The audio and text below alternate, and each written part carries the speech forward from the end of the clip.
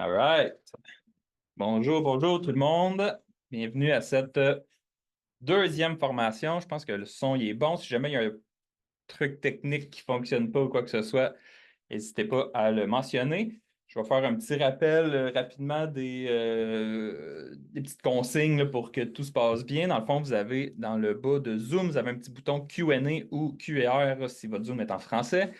Donc, utilisez ce bouton-là pour poser vos questions pendant le webinaire. Vous pouvez les poser à tout moment. On va garder un moment aussi à la fin pour y répondre et c'est ça. Mais si pendant la présentation, vous avez des questions, je vais arrêter Jérôme, mais je vais l'interrompre, puis on va le faire. Donc, voilà. Donc, c'est notre deuxième formation aujourd'hui.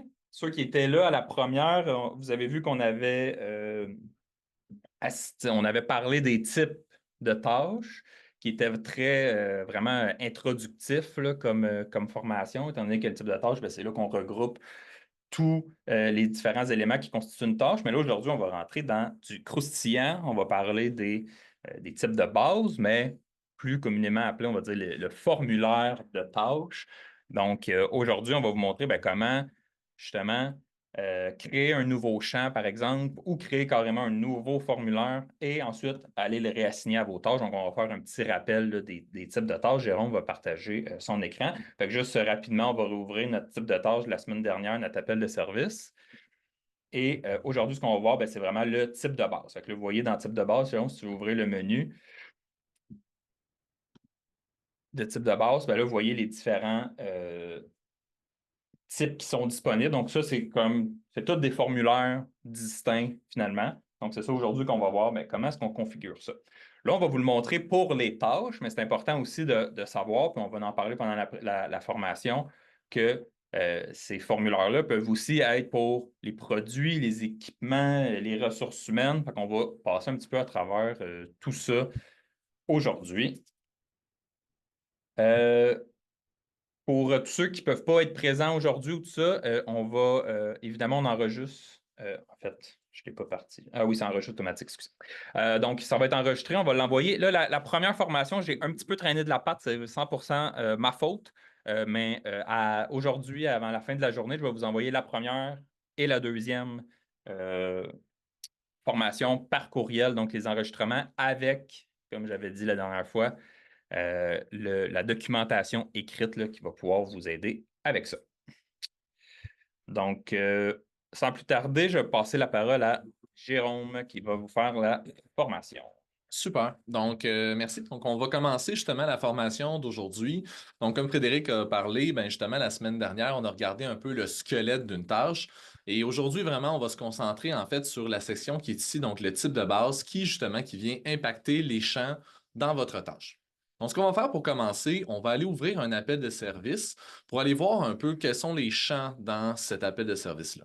Donc, si je viens ici dans l'onglet tâche et je viens cliquer ici sur créer une tâche, ben, on voit ici mon appel de service. À la dernière formation, on a regardé un peu qu'on pouvait retirer, par exemple, les champs ici d'étiquettes, étiquettes secondaires, priorité, sommaire, description. Ça, c'est vraiment dans le type de tâche qu'on crée, qu'on vient jouer avec ces champs-là. Sinon, tous les comptes de progression vont toujours avoir, en fait, les champs, comme ici, donc du type de tâche, le client et l'emplacement. Ça, peu importe vraiment le compte, il va toujours avoir ça C'est nos dans champs de vos base. comptes. C'est ça, exactement. C'est les champs de base. Vraiment, ce qu'on va regarder aujourd'hui, c'est ici la section du bas, où est-ce qu'on a des champs qui sont personnalisables. Donc, par exemple, en ce moment, j'ai la section ici Information générale, où j'ai plusieurs champs comme le PO, la note du technicien et autres. Et j'ai la section ici Historique qui vient mettre notre lien d'historique à l'intérieur de notre tâche. Ce qu'on va faire aujourd'hui, justement, on va aller voir ces champs-là, on va aller faire des modifications dans ces champs-là et on va aller voir le résultat suite à ça. Donc, ce que je vais faire, je vais aller ici dans mon onglet. Donc, je vais fermer la tâche. Je vais revenir ici dans mon onglet Configuration. Et en fait, donc la première chose qu'on disait ici dans le type de tâche, c'est ici le type de base, mais pour modifier nos types de base, c'est où qu'on va aller faire ça? On va aller dans la section ici des types. Donc ici, la section des types, c'est là où est-ce qu'on va modifier nos différents formulaires de progression. Quand vous allez cliquer justement dans la section des types, bien, vous allez voir en fait tout ici est grisé. Pourquoi? parce que finalement, il faut sélectionner ici le type en haut qu'on veut modifier. Aujourd'hui, on va beaucoup se concentrer sur ici les types de tâches de base, donc les différents formulaires qu'on va mettre dans nos tâches. Mais vous pouvez comprendre, comme vous voyez ici, qu'on peut modifier d'autres types et la méthode, en fait, pour modifier les types sont très semblables. Donc, c'est quasi pareil avec le type de tâche de base. Donc, si on est capable de modifier un type de tâche de base, après ça, ben, aller modifier, par exemple, nos types d'équipement, ça va être très facile. C'est le même système. On a des trucs de base comme justement le type de tâche, les clients, les ressources humaines, c'est assez simple. On a des trucs un peu plus lugubres, on va dire, là, type d'exception d'horaire, type d'entrée de temps. Là, souvent, c'est des cas très, très spécifiques. Donc, concentrez-vous sur les premiers qui sont vraiment les entités de base, là, finalement, de progression. Exact. Donc là, ce que je vais faire, je vais venir cliquer justement ici sur type de tâche de base et en venant cliquer sur mon type de tâche de base, ben, il m'apparaît finalement mes différents types que j'ai dans mon compte que je peux sélectionner quand je vais venir créer une tâche. Donc là, par exemple, on a ici le type de l'appel de service qui est ici. Comme vous voyez, il y en a plusieurs vraiment. Souvent, ce qu'on va conseiller si je veux créer un nouveau type, donc vraiment complètement différent, on conseille souvent de prendre un type qui est déjà existant, comme ici l'appel de service, et de le dupliquer. Comme ça, en fait, ça va faire une copie du type existant, puis on va faire les modifications dans ce type-là, finalement, par la suite, pour faire nos modifications. Aussi, ce qu'on peut remarquer ici, justement, dans le menu, on voit le nom, on voit l'idée qu'il n'y a pas vraiment d'importance, mais surtout ici, le type de tâche, ça, c'est les codes des types de tâches qui sont rattachés à ce type-là. Donc, pour dire que dans l'appel de service, il y a tous ces types de tâches-là qui utilisent un peu ce formulaire. Donc, ce que je vais faire, moi, aujourd'hui, je vais venir me créer, en fait, un différent formulaire qui va être pour mes appels de service d'urgence. Donc, ce que je vais faire pour commencer, je vais cliquer ici sur l'appel de service et je vais cliquer ici sur dupliquer. Ça va venir me créer finalement un nouveau type qui est identique à l'appel de service qui est ici, mais que je vais ensuite modifier. Tu peux remarquer que le nom est le même. Donc, ça, faire attention, il va falloir le modifier. Dans le fond, on peut remarquer que c'est le ID, donc l'identifiant qui est vraiment comme l'identifiant unique d'un type de base comme ça. Donc, si jamais vous ne changez pas le nom, mais quand vous allez dans votre type de tâche, mais là, vous allez avoir deux qui s'appellent pareil. Puis là, ben, savoir lequel qui est lequel, ça va être laisser erreur. Fait que juste le renommer, c'est vraiment plus simple. Exactement. Donc, pour le renommer, je double-clique dessus. Je viens ici en français, rajouter ici, par exemple, urgence. Et ici en anglais, emergency. C'était urgent la semaine passée. Urgent. On va y aller avec urgent, justement. Je pense que je sais mieux comment l'écrire. Donc, on va y aller avec urgent. Et j'enregistre. Quand je viens cliquer, en fait, donc ici sur le type, en fait, ça vient m'ouvrir ensuite les groupes de propriétés. Le groupe de propriétés, en fait, c'est un groupe de champs qu'on a dans le formulaire. Donc, par exemple, ici, j'en ai deux, j'ai information générale et j'ai historique qui sont présents. Ce qu'on va faire pour aujourd'hui, pour l'exemple, je vais aller en ajouter un nouveau, donc un nouveau groupe de propriétés. Donc, je vais aller cliquer ici sur le petit plus pour ajouter un nouveau groupe. Donc, la première chose à rentrer quand je rentre ici un groupe de propriétés, ici, c'est la langue, donc c'est comment en fait il va s'appeler.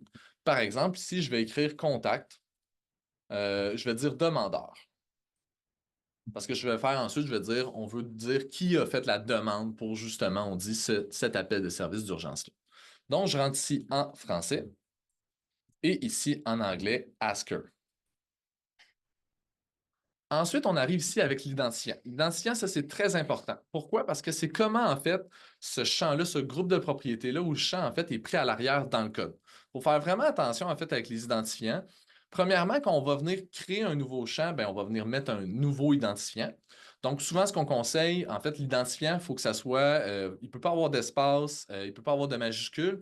Donc, souvent, ce qu'on conseille, écrivez ce que vous avez écrit en français, mais sans espace, sans majuscule. Donc, par exemple, ici, demandeur. Ça n'a aucune incidence là, dans le sens que l'identifiant ne va jamais apparaître nulle part, mais un coup qui est sélectionné, on ne le modifie pas parce que si jamais vous faites référence à ce champ-là, par exemple, dans un modèle d'impression, ben, si on change l'identifiant, ça ne marche plus parce que c'est comme ça, nous, qu'on reconnaît le champ ou le groupe de propriété à ce moment-là. Exactement. Donc, si un jour vous voulez modifier, on dit un groupe de propriétés ou un champ, le nom ici dans le haut, il n'y a vraiment pas de problème, mais vraiment l'identifiant, c'est déconseillé vraiment complètement de venir le modifier. Donc, lors de la création, après ça, on le laisse comme ça. Mais ça ne dérange pas si justement ici, ça s'appelle demandeur, puis on changerait le nom pour contact. Ça va pas, on ne va pas voir en fait l'ancien terme demandeur nulle part dans l'application. Donc, on touche jamais vraiment à l'identifiant. C'est ce qu'on peut dire. Après ça, on a ici la configuration pour copie d'identité. Ça, en fait, c'est quoi? C'est quoi qui est très rarement utilisé. On dirait que c'est quoi qu'on dirait qui est peut-être plus dans le passé. Pour l'exemple d'aujourd'hui, je vais pas l'utiliser. On va le regarder peut-être plus tard dans Ouais. des formations plus avancées. Mais c'est quoi que je vais être en dessus ça fait 4 ans, C'est puis rarement c'est ça. utilisé. En Exactement. gros, mettons, en gros, ce que ça permet de faire, c'est de connecter notre groupe de propriété, donc notre section, à une autre entité de progression. Donc, par exemple, on pourrait le connecter sur nos ressources humaines. Donc, on aurait un menu déroulant qui pointe sur les ressources humaines de progression, mais souvent, tout sur ça, sur quoi on peut pointer, c'est déjà dans les tâches. Fait que on finit qu'on s'en sert très, très rarement. C'était plus avant, on s'en servait parce que justement, les tâches avaient moins de fonctions, avaient moins de champs.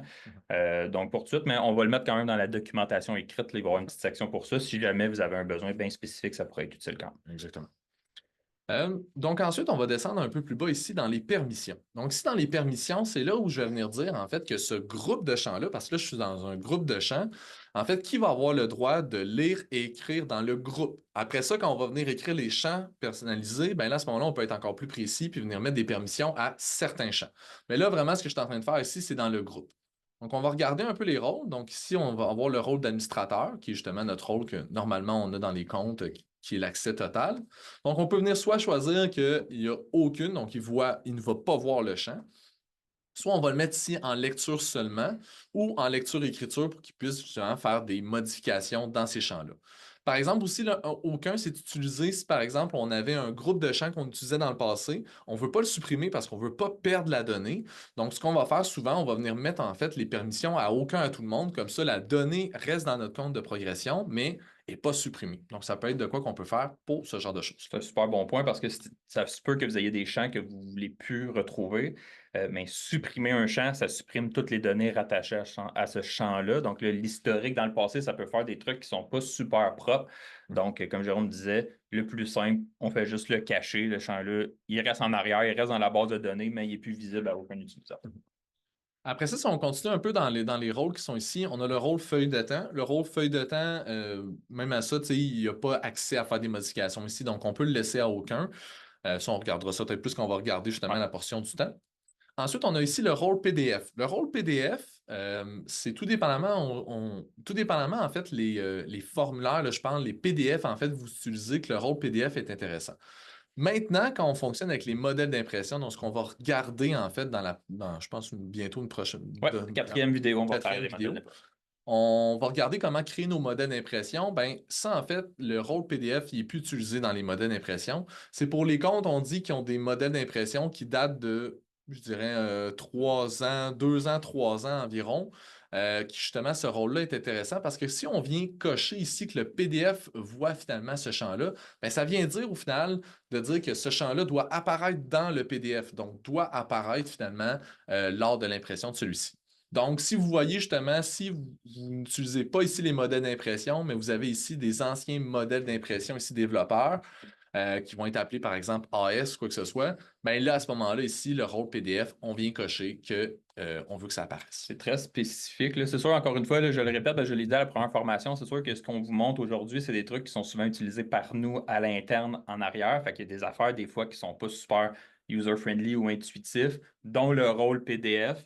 Mais c'est quelque chose qui est, mettons qu'on pourrait dire, qui est voué à disparaître, le rôle PDF. Mais encore une fois, il y a tellement de gens qui l'ont ou qui en ont besoin. Mais beaucoup de clients qui, en ce moment, ont des modèles d'impression, que le rôle PDF est utilisé, vous le savez peut-être même pas. Fait que, en cas de doute, juste parler avec le soutien technique, parler avec votre formateur, juste pour vous assurer que ça n'a pas d'incidence, ça n'a pas d'impact. Mais la plupart des gens maintenant, on va les rediriger vers les nouveaux modèles d'impression qui sont vraiment plus simples et qui offrent plus de flexibilité.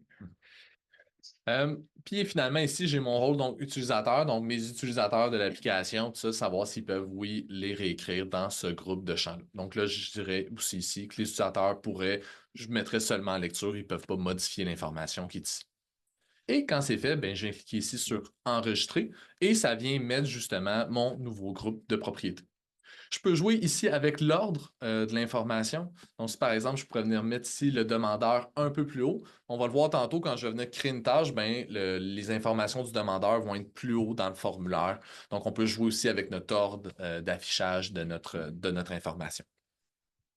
Donc, quand je clique en fait sur un groupe de propriétés, ensuite, qu'est-ce que ça vient faire? Ça vient nous ouvrir en fait ici les définitions de propriétés qui sont vraiment les champs à l'intérieur de la tâche. Donc, si par exemple, je viens ici dans Information générale, bien, on voit les champs qu'on avait vus tantôt, donc le PO, la note du technicien, puis un peu tout ça qui sont ici. Ce qu'on va faire, on va aller ici dans Demandeur et je vais aller venir créer un nouveau champ, donc dans le demandeur qui va être le nom du demandeur, donc juste le nom. Donc, ce que je vais faire, je vais venir ici à droite dans les définitions de propriété et je vais venir cliquer ici sur le Ajouter, donc pour ajouter un nouveau champ. Donc, par exemple, si on commence, le nom, donc ici, je vais dire que je demande le nom du demandeur, donc tout simplement le nom ici en français et ici en anglais, le name.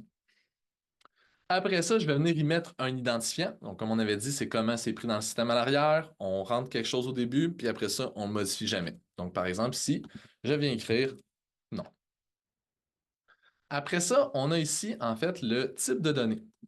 Le type de données, en fait, c'est comment ce champ-là va être rempli. Donc, comme vous voyez, il y a vraiment une très grande liste. On va passer un peu à travers ceux-là. Tantôt aussi, on va aller voir, en fait, comment ça se reproduit, on dit, ces champs-là à l'intérieur d'une tâche.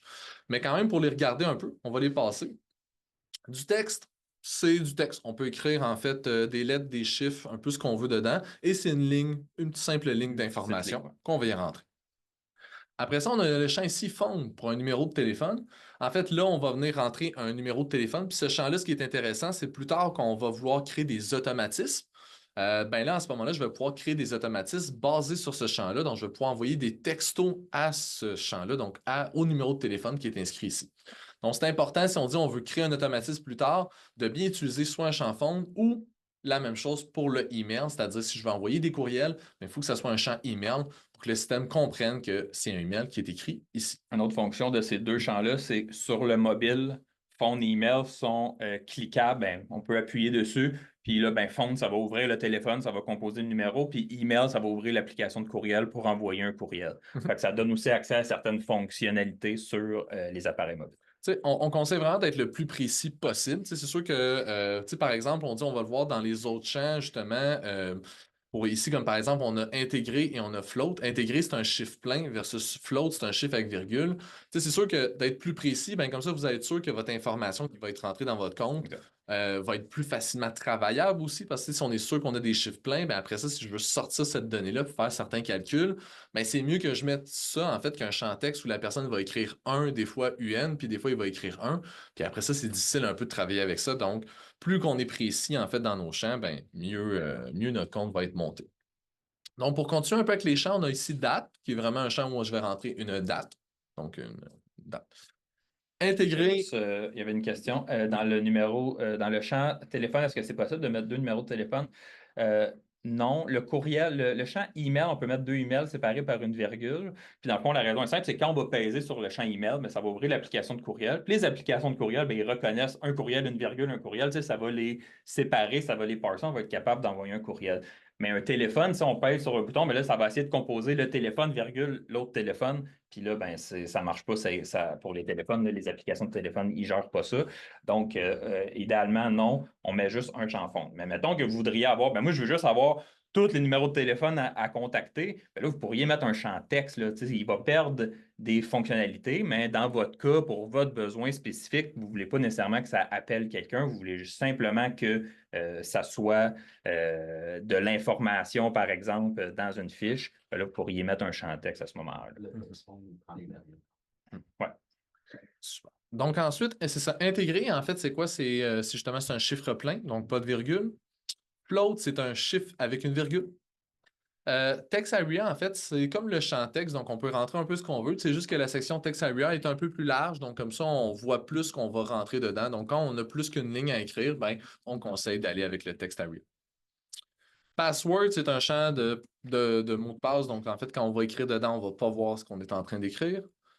On a option ici que on va passer pour l'instant. En fait, on l'utilise plus ce champ-là. Maintenant, on a deux autres champs qu'on utilise qui sont les localizable list et localizable option, que je vais revenir un peu après. Date time, c'est une date avec du temps. Donc, par exemple, aujourd'hui à midi et 20. Boolean, c'est une case à cocher. Bien, tu me dis ça. Time, c'est du temps. Donc, je rentrais, par exemple, on dit midi et 20 ou juste 1 heure, quoi que ce soit. Entity, en fait, c'est une entité de progression. Donc, si par exemple, je vais cliquer dessus pour celui-là pour vous montrer, c'est que je viens chercher en fait dans mes entités de progression pour avoir une liste de sélection.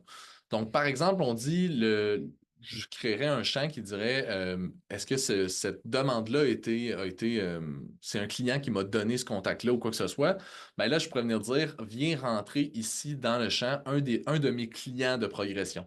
Donc, comme vous voyez, en fait, ici, on a un peu toutes les entités de progression. Là. Une entité en progression, c'est vraiment quelque chose que c'est une portion de l'application qu'on a en une certaine quantité, je pourrais dire. C'est ce qui existe, c'est ce qui contient de la donnée, finalement. Exactement. Fait que, on retrouve ici peut-être ce qu'on connaît bien. Donc, par exemple, ici, comme le client, l'emplacement, les ressources humaines, quoi que ce soit, mais il y a vraiment tout ce qui est dans la progression qui est ici. On va continuer avec les autres choix. Currency, c'est de l'argent, donc un montant. Country, c'est pour rentrer un pays. State, pour rentrer un État.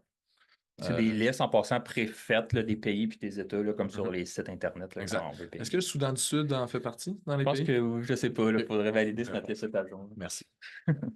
Ensuite, on a ici le link qui nous offre en fait un lien vers le World Wide Web.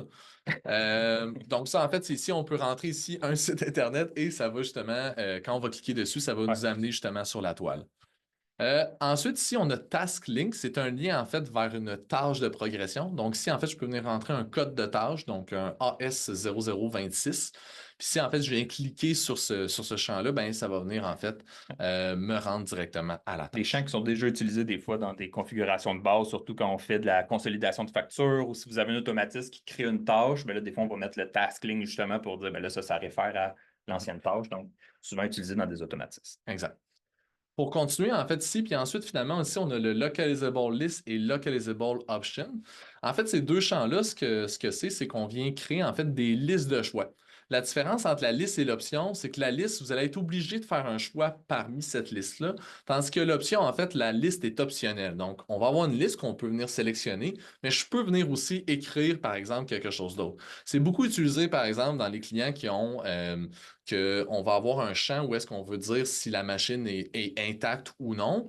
Donc, on peut venir en fait choisir les options s'il est intact, mais si en fait il y a un commentaire, donc s'il y a une défectuosité, ben, la personne va venir écrire la défectuosité dans le champ. Ça enlève en fait l'idée de venir dire si oui ou non il y a une défectuosité, puis avoir un deuxième champ qu'on vient écrire le commentaire en cas. Donc, comme Ou ça, c'est d'avoir une plus. liste avec toutes les défectuosités possibles qui est Exactement. interminable. Pour peut-être juste vous montrer comment on va venir créer une liste, par exemple, quand je vais venir en fait sélectionner le champ. Quand je viens sélectionner ce champ-là, ben, en fait, ce qui rajoute comme question, c'est ici, c'est la liste multilingue qu'on veut utiliser.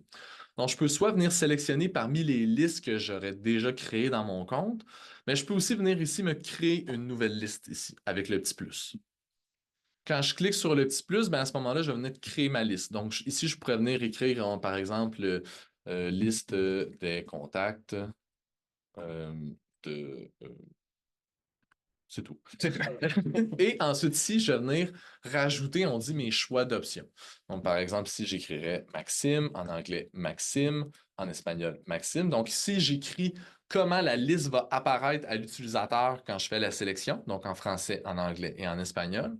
Puis ici, dans la valeur, c'est comment, en fait, ce champ-là va être pris en compte derrière, en fait, dans le code. Ça peut être utilisé aussi des fois. Souvent, on va mettre la même chose qu'on a écrit en français. Mais par exemple, j'ai vu des clients que ici dans la liste, ils mettaient des priorités, donc faibles, moyennes et hautes. Puis dans la valeur, ils venaient mettre 1, 2 et 3. Puis comme ça, quand ils sortaient leurs données en Excel, ben, ils pouvaient faire, on dit, après ça, faire des calculs de moyenne, quoi que ce soit, pour la valeur. Mais je vais être franc, la plupart des cas, on écrit la même chose qu'on a écrit ici en français. On vient le mettre ici dans la valeur. Fait que si, juste pendant que Jérôme finit les listes. Tu sais, si vous voulez créer une nouvelle liste, comme on disait, prenez toujours les localizables. C'est vraiment plus simple. Avant, dans le fond, ces listes-là qu'on appelle localizables, c'est qu'ils sont multilingues. Donc là, ils gèrent le français, l'anglais, l'espagnol directement dans une même liste. Si vous prenez les anciennes listes, mais là, les listes, c'était juste une valeur. Donc là, il fallait souvent soit nommer notre option, le nom en français, / le nom en anglais. C'était pas top, là, puis c'était un petit peu boboche, on va dire, là. Donc, avec les localizables, mais là, on enlève ce problème-là. Vous avez juste une liste que vous pouvez réutiliser, puis là, que l'employé soit en anglais, en français, peu importe, ça fonctionne. Super. Donc ensuite, ben, je viens enregistrer ma liste et la liste à ce moment-là est sélectionnée. Voir dans la mode de vue répartition, ça en fait, c'est pour les clients qui ont encore le mode de vue répartition, c'est qu'en C'est venant. legacy, là. C'est ça, exact. Je pense pas qu'il y a grand monde qui l'utilise, mais en venant cocher ça, ben, ça l'apparaît dans le mode répartition pour les gens qui l'ont encore. Mais sinon, on va pas plus en parler de ce mode-là, c'est pas de quoi qu'on veut pousser.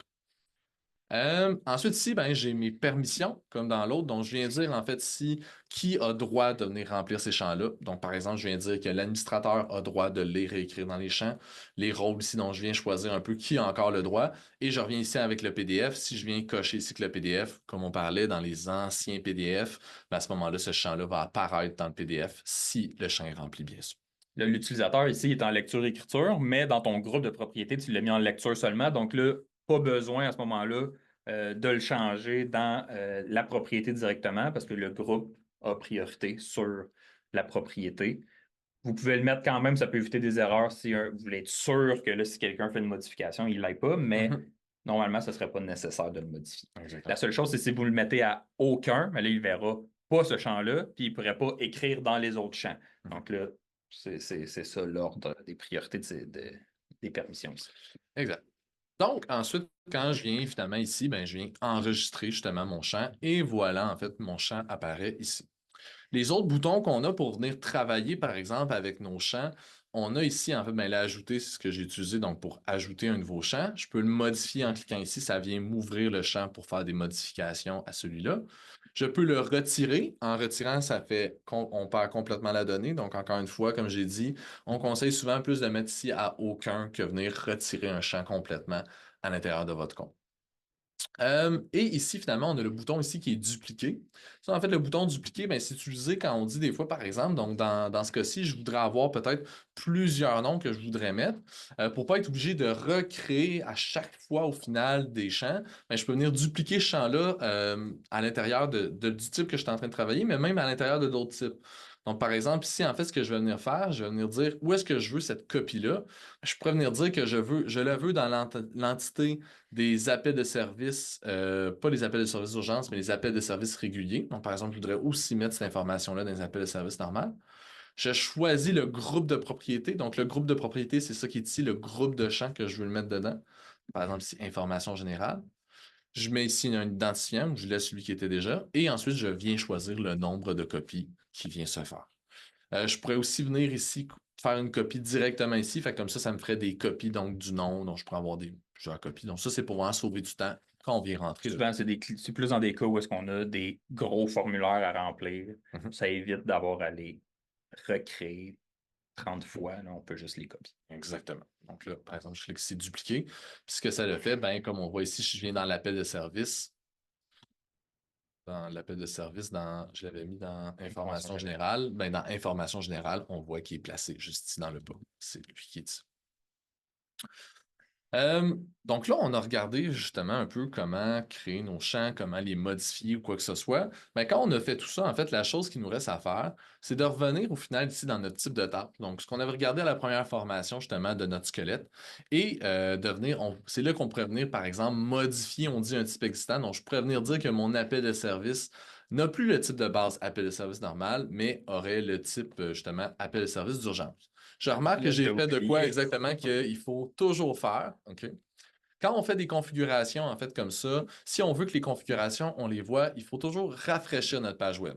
Tant qu'on n'a pas rafraîchi notre page web, ces modifications-là, on ne va pas les voir dans l'application. Okay? Donc, c'est très important. Ben, justement, c'est ça, en fait, là, ça, c'est quoi qu'on va, même moi, comme vous voyez, j'ai oublié. Quand on veut voir justement les modifications qu'on vient d'apporter, ben, il faut vraiment faire rafraîchir notre page web pour être sûr que ces modifications-là soient là. Donc, si par exemple, je retourne ici dans notre type de tâche de base et je viens ici dans notre appel de service, ben, je peux venir dire que maintenant, il a le type de base de l'appel de service d'urgence. Je viens enregistrer et ici, raison du changement. Ça, vous allez voir, ça va quand même popper souvent dans nos formations. C'est dire qu'est-ce qu'on fait. Nous, en fait, c'est juste ça, c'est pour nous protéger. Comme ça, si on dit que vous faites des changements, ben nous, on va être capable de voir c'est quoi, en fait, les changements que vous avez faits un peu dans votre compte, les raisons. Comme ça va vraiment aider notre équipe au support s'il y a quoi que ce soit qui arrive pour retrouver la problématique. Donc, par exemple, si je dirais. Essayer d'être précis, mais sans être trop, mettons, changement du type de base. Exactement. Comme ça, ici, on vient dire qu'est-ce qu'on a fait ici à l'intérieur de tout ça. Je vais venir rafraîchir ici ma page web pour que les changements soient là. Donc maintenant, si je retourne, comme on a regardé au début ici dans les tâches, et je viens me créer une tâche et je viens ici dans l'appel de service, bien, ce qu'on va voir en fait, on a justement ici la section du demandeur qui est juste ici avec le nom que je peux venir justement sélectionner. Donc, c'est vraiment ça, en fait, qu'on va venir comme ça, en fait, un peu impacter nos types de tâches. Ce que je peux peut-être vous montrer aussi rapidement, on a créé avant, en fait, un type de tâche où est-ce qu'il y avait tous les types de champs, finalement, qu'on avait à l'intérieur de progression. Donc, peut-être juste pour vous montrer un peu ce qu'il y en est. Donc, ça, comme vous voyez, c'est un champ texte. Donc, si je peux écrire un peu ce que je veux dedans. C'est ici, un téléphone, c'est vraiment ici avec, justement, un téléphone que je vais écrire. Ensuite, ici, un email. Un email, si tu ne mets pas un A commercial, quelque chose, il va le mentionner. Exact. Ici, comme on voit le champ date, c'est vraiment ici un sélecteur de date que j'ai. Ici, le chiffre intégré, je ne peux pas écrire de texte avec des lettres, mais je peux Tu mets écrire. un E à cause que c'est Ah, puissance. oui. Ensuite, on va écrire ici le float, donc 12,25, donc un chiffre avec une virgule. Text area, c'est une section de texte avec plus de lignes. Je peux écrire comme ça ici. Password, quand je vais écrire, on ne voit pas ce que j'écris. Date time. Password, je fais attention parce que ça fonctionne juste sur le web, ça ne fonctionne pas sur mobile. Donc là, si vous voulez mettre de l'information sensible, ce n'est pas la bonne façon de procéder. Là, vous êtes mieux de cacher des champs aux techniciens. En fait, des informations très sensibles, vous êtes mieux de juste pas en stocker non plus dans Progression. Ce n'est pas un logiciel fait pour stocker des numéros de carte de crédit et des numéros d'assurance sociale. Là. Donc, si jamais vous faites ça, pas l'idéal. Ensuite, ici, on va regarder du temps. Donc, je rentre du temps ici, 1h45. Si je rentre de l'argent, je peux rentrer ici des chiffres, ici des options. C'est nos anciennes listes. Exactement. Là. On a les locales. Là, vous voyez les listes, là, les anciennes, là, comme j'expliquais tantôt. Là. Retourne dans la liste, Jérôme, dans Options. Là. Mais là, vu qu'on n'avait pas des listes multilingues, mais là, il fallait toujours écrire ça comme ça, l'argent comptant / cash. Mais là, si on va dans une localizable list, ben là, on a bas, moyen, élevé. Puis si on switch en anglais, ben là, ça va être low, medium, high. Là, fait que c'est vraiment mieux. C'est vraiment une version améliorée des listes. Là. Ensuite, ici, on a l'État. Donc, en fait, on a une liste présélectionnée des États américains et canadiens. On a ici le boolean, la petite case à cocher. On a ici l'entité qui vient chercher dans nos ressources humaines. Donc, ici, c'est toutes mes ressources humaines de mon compte que je peux venir sélectionner. On a ici la country.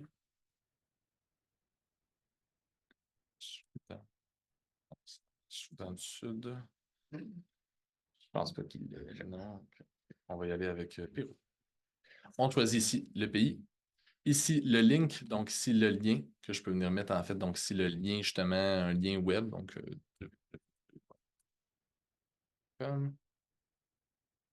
ça, c'est un.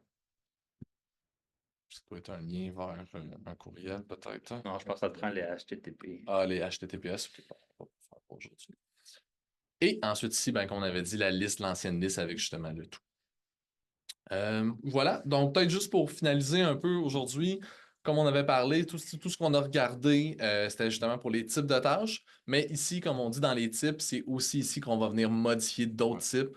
Par exemple, on dit, donc si je vais voir ici un type d'équipement, c'est là où que je pourrais modifier mes champs dans un équipement. Donc, au lieu d'avoir la marque, modèle, numéro de série, ben, je pourrais venir me créer un nouveau champ qui aurait quoi que ce soit, mais vraiment le système est le même. Donc, c'est-à-dire qu'on choisit le type qu'on veut sélectionner, on choisit le groupe de propriétés ou on crée un nouveau, et ensuite on va ici dans le dernier pour venir choisir les champs en question. Tu allais montrer dans gestion équipement là, où est-ce qu'on choisit les types, là, parce que dans une tâche, le type de tâche, il est comme on n'a pas le choix d'en choisir un. Dans les équipements, ben, vous voyez, c'est ici, fait que équipement 2. Là, ils ont les mêmes formulaires, mais là, vous pourriez avoir des formulaires différents pour chacun d'entre eux. Fait que pour les équipements, pour les clients, pour les emplacements, c'est tous des trucs qu'on peut faire. Fait que si jamais vous avez des besoins, ah ben moi, j'ai certains clients que je voudrais avoir des champs différents parce que c'est un autre type. Puis en plus, ben, le type, qu'est-ce qui permet aussi, c'est quand même de filtrer. Fait que là, vous pouvez aussi filtrer vos clients par type, là. Fait que, je ne sais pas, je vais dire n'importe quoi. Vous avez des clients VIP, mais là, vous pourriez vous créer un type VIP avec des informations différentes. Ces clients-là ont ce type-là. Puis ça vous permet en plus de les retrouver plus facilement dans Progression par leur type. Euh, donc, pour ceux qui veulent avoir aussi accès au webinaire de la semaine passée, je vais l'envoyer après, en début d'après-midi ou en fin d'après-midi, le temps que le Zoom me donne l'enregistrement, le deuxième. Je vais vous envoyer les deux en même temps. Donc, ceux qui étaient inscrits, vous allez recevoir celui de la semaine dernière, celui de cette semaine, avec la documentation écrite aussi. Et dans celui de la semaine dernière, dans la documentation des types de tâches, il va y avoir un petit vidéo là, que je viens de faire, puis qui est la raison pourquoi ça a pris un peu plus de temps, qui est fait un petit résumé, là, parce que là, c'est un peu long là, si vous regardez tous les webinaires tout le temps. Fait que là, les vidéos font un petit condensé un peu de ça avec les trucs les plus importants. Fait que la création de tâches est vraiment. C'est pas super, c'est pas user-friendly tant que ça, mais en même temps, c'est pas non plus si complexe que ça. Là, un coup qu'on a commencé à jouer dedans, qu'on a pris notre aise, qu'on a pris notre twist, ça va vraiment bien. Puis, c'est comme Jérôme disait tantôt, on voit les types de tâches là, qui sont assignés à nos types de base. Donc, si jamais euh, vous voulez juste rajouter un champ, ben, je vais quand même faire attention parce que ces champs-là vont être achetés dans tous vos types de tâches qui sont associés à ce type de base-là. Donc là, si jamais vous voulez rajouter vraiment juste un champ, par exemple, juste dans mes appels de service, je ne veux pas que ça soit dans mes autres tâches, bien là, on refait ce que Jérôme a dit tantôt, on le duplique, on en crée un autre, puis on vient rajouter notre champ, puis là, on va l'assigner par après. Donc, juste bien important. Euh, il est 12h36. On va avoir un peu de temps pour des questions. Fait que si jamais vous avez des questions, ça fait pas mal le tour, je pense, Jérôme, de la formation d'aujourd'hui. La prochaine formation, ça va être sur les processus. Donc, le deuxième élément, on va dire, principaux là, de progression, là, quand même majeur. Donc, si vous avez des questions, je vous rappelle le petit bouton Q&A, Q&R en bas de Zoom. Et voilà, on va répondre à vos questions le temps qu'on ferme tout ça. Je vais les lire là, pour voir ceux qui sont pertinents de répondre.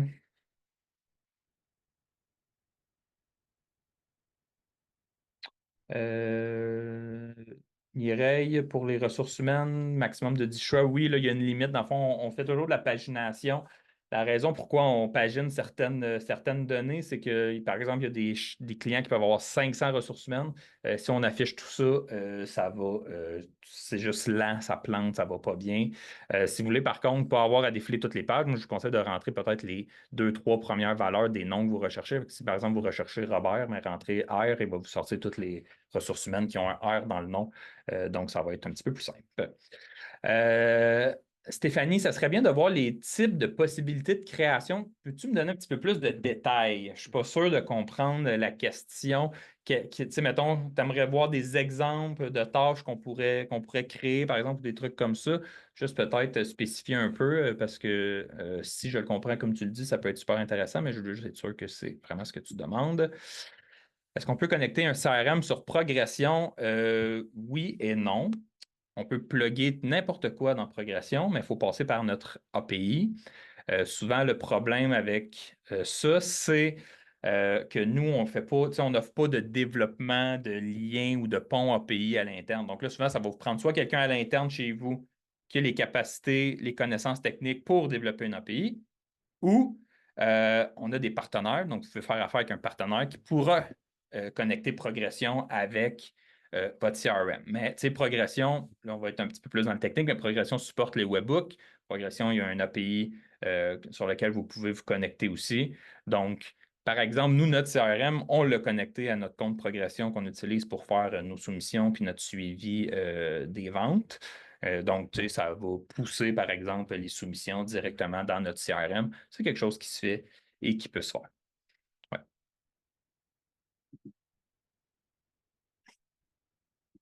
Donc, on va rester encore un peu ouvert. Ceux qui n'avaient pas de questions, c'était clair, c'est fini. Vous pouvez quitter. De toute façon, je vais revenir l'enregistrement si jamais vous avez manqué des questions. C'est bien correct. Merci encore tout le monde d'avoir participé. On a des super beaux taux de participation. Là, on voit que c'est un vrai besoin. Mais qu'on finisse tout ça, on va faire vraiment un petit recap à la fin, là, un bon vidéo, là, peut-être un peu plus condensé, où est-ce qu'on va revenir un peu sur tout ça. Puis peut-être aussi avoir d'autres initiatives après ça pour peut-être vous accompagner, vous aider là, dans les modifications de vos comptes, là. Euh, on a une couple de questions qui rentrent. Je vais répondre. Est-ce qu'on peut modifier les droits d'un assistant sur une tâche, par exemple, pour qu'il puisse modifier certains champs? C'est une très bonne question et la réponse est non parce que l'assistant, c'est pas comme un rôle, c'est pas comme une permission d'être un assistant. Tu sais, progression, il y a une limitation dans la progression. On ne peut pas avoir 5, 6 personnes qui modifient des tâches en même temps.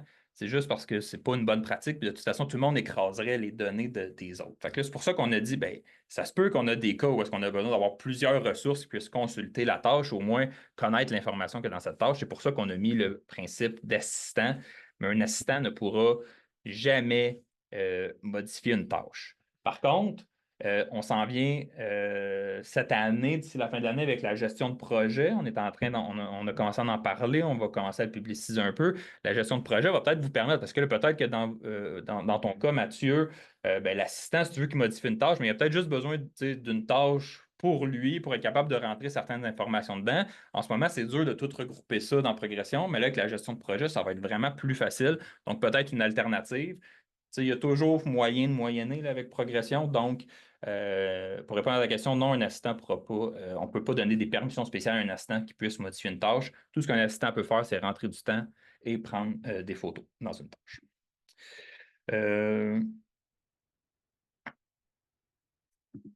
C'est une bonne question, Salvador. Est-ce qu'on peut personnaliser le format, par exemple, d'un champ? Donc, un numéro de téléphone, on oblige d'avoir des parenthèses, un trait d'union. Non, c'est pas quelque chose qu'on peut faire présentement. C'est une bonne idée, par contre, là, des fois, ça peut être des trucs qui reviennent.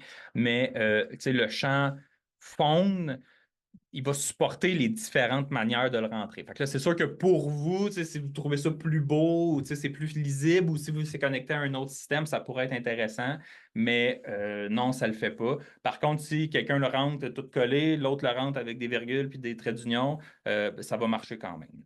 Mais vous allez avoir comme 3, 4 façons de l'écrire. Là. Ça peut être un peu gossant, là, mais là, ça rendu là, ça va être de mentionner aux gens comment vous voulez que ce soit rentré. Là. Euh, Pierre-Luc Fortin, Deep Link, je ne suis pas sûr de savoir c'est quoi. Un programmeur qui est peut-être là, il va pouvoir nous aider. Je ne pourrais pas te répondre. Honnêtement, je vais répondre ce que je réponds à l'interne souvent, c'est faudrait l'essayer. Là.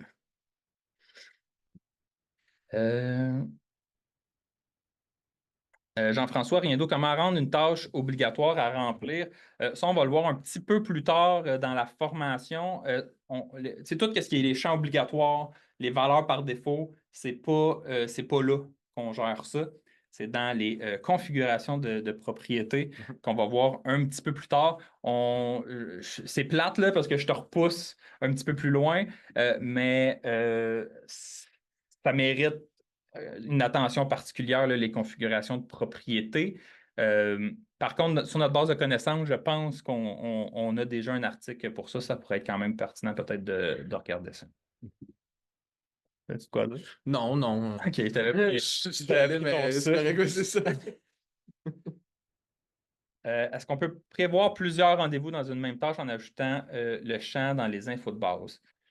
Oui. Oui, oui, ben en fait, c'est sûr que le rendez-vous principal, donc c'est-à-dire comment l'application va fonctionner, va toujours être le rendez-vous qui est dans le haut, donc où est-ce qu'il va apparaître dans le téléphone, si on veut déclencher des automatismes. Mais on peut quand même justement venir ajouter des champs, d'autres champs de rendez-vous à l'intérieur d'une tâche. Donc, par exemple, rajouter deuxième rendez-vous ou quoi que ce soit. Puis ce qui est le fun des fois avec ça, c'est on peut créer des automatismes aussi basés sur ces champs-là de rendez-vous. Donc oui, peut-être que dans son téléphone, son rendez-vous va toujours rester à la date du rendez-vous qui est le principal, mais on pourrait venir par exemple ajouter un deuxième champ qui serait rappel, on dit ou quoi que ce soit, ou deuxième fois d'y aller, puis créer un automatisme que quand on arrive je sais pas, une journée avant la date qui est rentrée dans cette date-là, ben, ça envoie un courriel pour dire à la personne que, hey, oublie pas cette tâche-là, tu dois y retourner, on dit OK. pour X, Y, Z. C'est juste qu'au final, les mécaniques de base de l'application vont toujours se baser sur le champ rendez-vous, Exact. mais on peut quand même venir créer un peu d'autres, un Juste peu que quelqu'un d'automatisme. peut-être vienne modifier le rendez-vous de la tâche après ça pour que, parce que Mhm, j'ai un exemple, si on dit, ben là, ma tâche, c'est lundi, ben, dans le téléphone du gars, elle va apparaître pour lundi, là, même si dans les champs custom, on a mis trois autres rendez-vous, trois autres visites, ben, lui, le matin du mercredi, il ne va pas voir là, la tâche du lundi là, dans son téléphone, par mhm. exemple. Donc, ça, c'est peut-être juste à faire attention. Mais comme Jérôme dit, il y a des automatismes, là, peut-être qu'on peut faire des envois de courriel, des trucs comme ça, mais il n'y a rien qui empêche de le faire, mais après ça, il ne faut pas s'attendre à ce que ça soit géré comme le champ de base Mhm. d'un rendez-vous. Mathieu Proux voit l'onglet Satisfaction dans le haut de ton écran. Jérôme, est-ce que c'est un module qu'on peut avoir de notre côté et est-ce qu'on peut avoir une liste des modules? Oui, le module Satisfaction, c'est un module qu'on peut avoir de votre côté. Pour la liste de tous les modules, toutes les fonctionnalités, c'est sur notre site web, là, dans les fonctionnalités, on a vraiment tout ça. Sinon, Mathieu, vous pouvez contacter le service client. Là, ils vont passer avec vous là, à travers les différents modules. Il n'y en a pas 1000 l'an passant. La satisfaction, c'est un petit module qu'on a. On a publicisé un peu, mais des fois, les nouveaux clients ne sont peut-être pas au courant. Mais ouais, c'est quelque chose qui est disponible à tous. C'est 25 par mois, puis ça vous donne le NPS et ça vous permet d'aller chercher des reviews Google plus facilement. Donc, voilà, contactez le service client, on va pouvoir vous aider.